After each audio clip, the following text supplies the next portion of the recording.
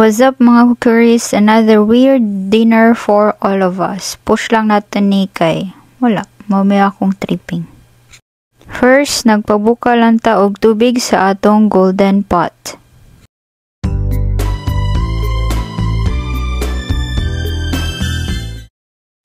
Char. Sa ato na bitawng ibutang ang ato ang sotanghon noodle, tapos carrots og bell pepper. Ato ra na siyang pabukalan kadali, and once mo bukal na, ato nang isunod ang atong next ingredient. Ang maong ingredient is cabbage. Grabe, ka-basic. Parehas sa akong gikaon gahapon. Ang nagkalahi ra siguro ani is ang noodle. Ato lang ukayon pag-ayo para masagol ang cabbage, then magpabukal na pod taana. Once nibukal na, ato dining ibutang ang men soup.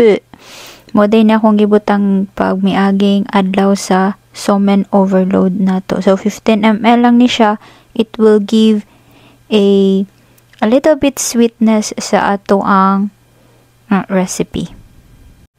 This soup actually can be used in udon or just pour it directly sa hot rice with your favorite egg. Pwede boiled, sunny side up, or raw. It's up to you. Basta lami siya and barato pag yun.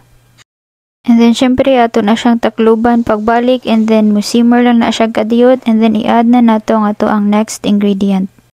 Ang atong sunod ibutang is ang ato ang boiled egg. Kung kabantay mo ang atong boiled egg, medyo dili kay siya nindot tan-aw niya, murag na ay buslot-buslot. It's because kay ato na siyang gibutang sa fridge, and then wala na to nasaradaan pag-ayo, maong nakasulod ang tubig, nag-moist dahil siya, basta ni gahi na ang white nga part, so dili siya pleasing tan-aon, pero boiled egg gihapon siya glami.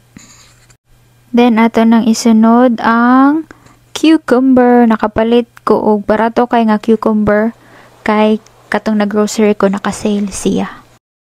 Pabukalan lang na natog pila ka segundo, and then ready na siyang i-serve. Itadakimasu minasan.